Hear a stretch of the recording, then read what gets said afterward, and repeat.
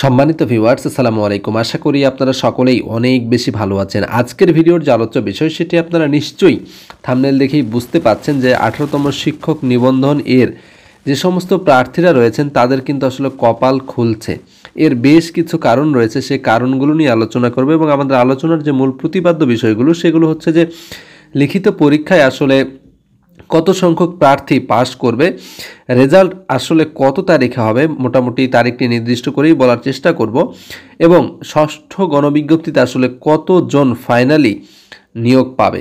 তো এই তিনটি হচ্ছে আলোচনার মূল প্রতিপাদ্য বিষয়। আমরা একটি একটি করে আলোচনা করব। তার আগে আপনাদের কাছে ছোট্ট একটি রিকোয়েস্ট, সেটি হচ্ছে আপনি যদি এই ভিডিওতে আমার চ্যানেলে প্রথম হয়ে থাকেন অবশ্যই আমার চ্যানেলটি সাবস্ক্রাইব করে পাশে থাকা বেল আইকনটি বাজিয়ে দেবেন, যাতে করে এরকম সুন্দর সুন্দর ভিডিওগুলো প্রথমেই পৌঁছে যায় আপনার কাছে। আর আপনাদের যদি কোনো প্রশ্ন থাকে অবশ্যই সেটি আমাকে কমেন্ট সেকশনে জানাবেন, আমি যথোপযুক্ত উত্তর দিয়ে আপনাদেরকে সহযোগিতা করার চেষ্টা করব।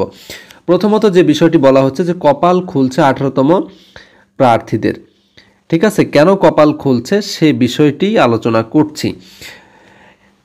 কতজন আসলে লিখিত পরীক্ষায় পাশ করবে? দেখুন, আপনারা যদি দেখে থাকেন তাহলে 18তম শিক্ষক নিবন্ধনের যে প্রিলিমিনারি পরীক্ষাটি অনুষ্ঠিত হয়েছিল এইখানে কিন্তু আসলে পাশ করেছিল 4,79,000। ঠিক আছে, 4,79,000 প্রার্থী। তো এইখান থেকে আসলে লিখিত পরীক্ষায় অংশগ্রহণ করেছিল, লিখিত পরীক্ষায় মোটামুটি 1,30,000 প্রার্থী কিন্তু অংশগ্রহণ করেনি। সেক্ষেত্রে যদি আমরা ধরে নিই তাহলে 3,50,000 প্রার্থী কিন্তু লিখিত পরীক্ষায় অংশগ্রহণ করেছে।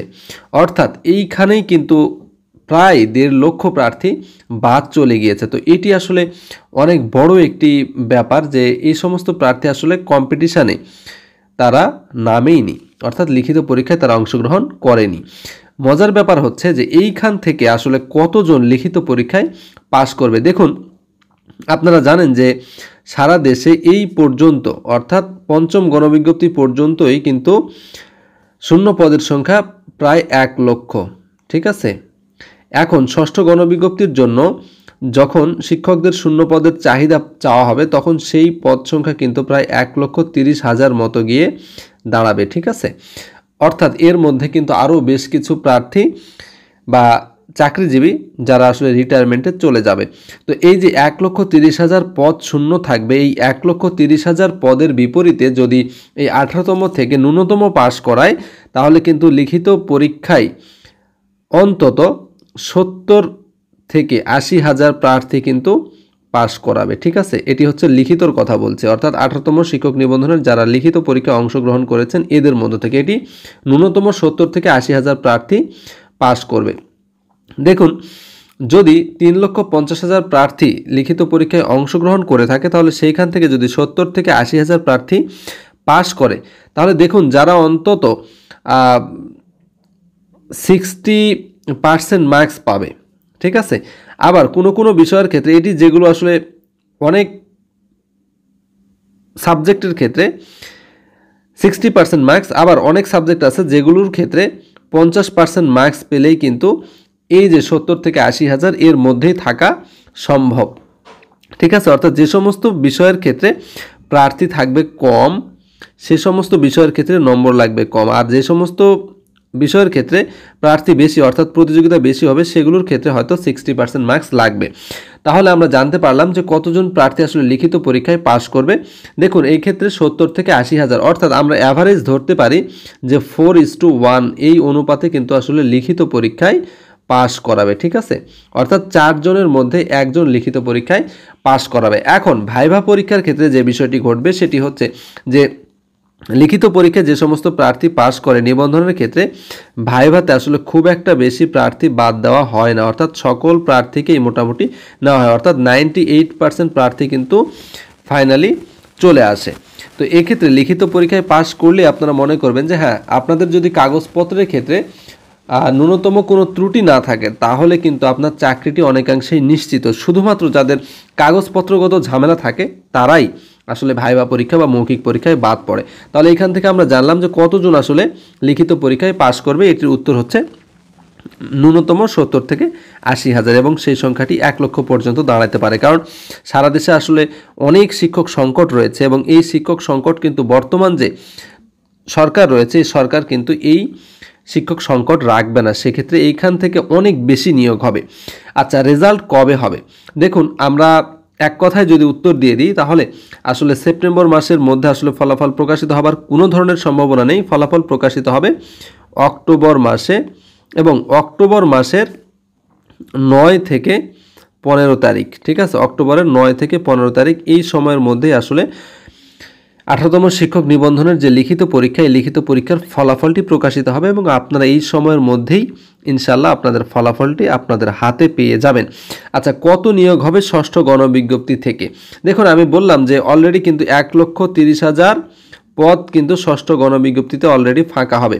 তো এইখান থেকে যদি সবচেয়ে কম নিয়োগ হয় তারপরেও 50 থেকে 60,000 শিক্ষক কিন্তু এখান থেকে নিয়োগ হয়ে যাবে, ঠিক আছে। অর্থাৎ ষষ্ঠ গণবিজ্ঞপ্তিতে 50 থেকে 60,000 প্রার্থী নিয়োগ হবে। সুতরাং যারা আসলে তুলনামূলকভাবে একটু ভালো পরীক্ষা দিয়েছেন, ঠিক আছে, তুলনামূলকভাবে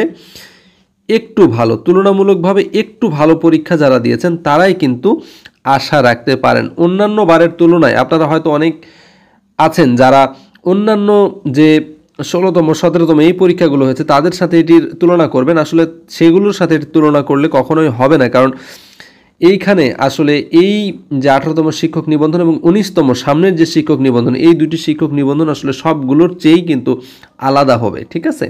এইখান থেকেই অনেক বেশি শিক্ষক আসলে নিয়োগ দেওয়া হবে। এবং আপনাদের জ্ঞাতার্থে আরও জানিয়ে রাখি, আমি অলরেডি এই বিষয়ে একটি ভিডিও চ্যানেলে আপলোড করে দিয়েছি, যে বলা হচ্ছে যে 2025 সালের জানুয়ারি মাসের মধ্যে সারা দেশের যত এমপিভুক্ত শিক্ষক রয়েছে প্রত্যেকের বেতন ইএফটিতে কিন্তু দেওয়ার সিদ্ধান্ত অলরেডি হয়ে গিয়েছে। এবং এই যে সেপ্টেম্বর মাস থেকেই সারা দেশের সিলেক্টেড 9টি অঞ্চলের 9টি উপজেলা থেকে, অর্থাৎ 9টি আলাদা উপজেলা থেকে কিন্তু এটির যে প্রাথমিক ধাপ অর্থাৎ ইএফটির মাধ্যমে বেতন প্রদান সেটি কিন্তু শুরু হতে যাচ্ছে।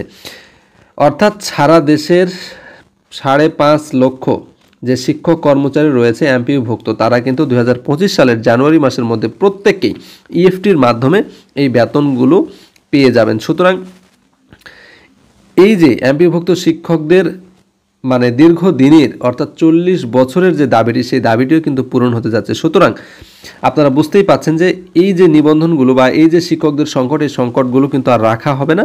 খুব দ্রুততম সময়ের মধ্যেই এই নিবন্ধন পরীক্ষার মাধ্যমে কিন্তু এই শিক্ষকগুলো নিয়োগ দেওয়া হবে। তো এই ছিল মোটামুটি আজকের ভিডিওটি যদি ভালো লেগে থাকে অবশ্যই আমার ভিডিওটিতে লাইক দেবেন, ভিডিওটি শেয়ার করে আমাদের সাথেই থাকবেন। দেখা হবে পরবর্তী ভিডিওতে, সেই পর্যন্ত সকলেই ভালো থাকবেন, সুস্থ থাকবেন। আর হ্যাঁ, এখনও যদি আপনি আমাদের এই চ্যানেলটি সাবস্ক্রাইব না করে থাকেন দয়া করে চ্যানেলটি সাবস্ক্রাইব করবেন। আসসালামু আলাইকুম ওয়া রাহমাতুল্লাহি ওয়া বারাকাতুহু।